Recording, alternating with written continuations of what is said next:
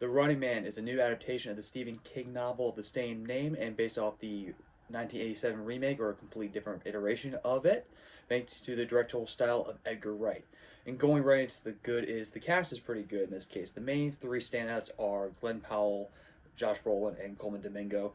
Glenn Powell is a relatable everyman that basically helps it follow along. He's engaging and heartfelt, but also has a chip on his shoulder for that rare tough guy quality in the case for this down on his luck attitude that plays into this movie.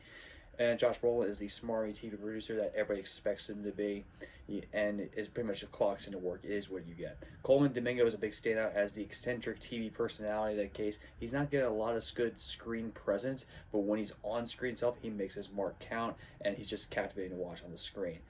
And in addition to that, the story and thematic concepts of The Running Man definitely resonate in today's iteration with modern technology playing a big role in our lives, tracking us, influencing us with different narratives, the role of the media corporations, and kind of like skewing our perception of reality. All of that plays into it as you see playing out in modern day and why the Stephen King novel still resonates today.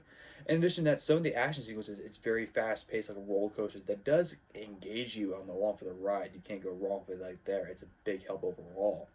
But on the trade-off side of that, it's the main thing is the pacing was a little off for me. The second act is where it slows down a bit. It kind of halts the momentum a little before it builds back up. In addition to that, there were some characters that I couldn't tell that I was supposed to relate to or connect with. It's kind of like we were just with them for the plot expedition and moved on to the next scene. So it's hard to say when there was supposed to be like a character death or a character moment that we were supposed to laugh or feel some kind of emotional investment with. That was hard to get into.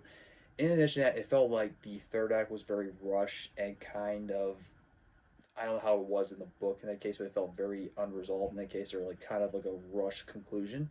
But overall, it's still a lot of fun. In addition to that, this was more restrained for Edgar Wright. It's kind of like it's still great, but when you see other Edgar Wright films like Shaun of the Dead, Hot Fuzz, Scott Pilgrim vs. the World, it's so unique and fits his name. Baby Driver as well fits more in this kind of vibe too. All those kind of experiences you love from Edgar Wright, but for this, it felt like he held back a little bit. Where it's still great, but like it was still, I don't know. You feel like you're held back a little bit, and you could want more in that case. But overall, it's still a lot of fun and an electric roller coaster. It's an 8 out of 10 for me, and definitely worth a watch at the theaters.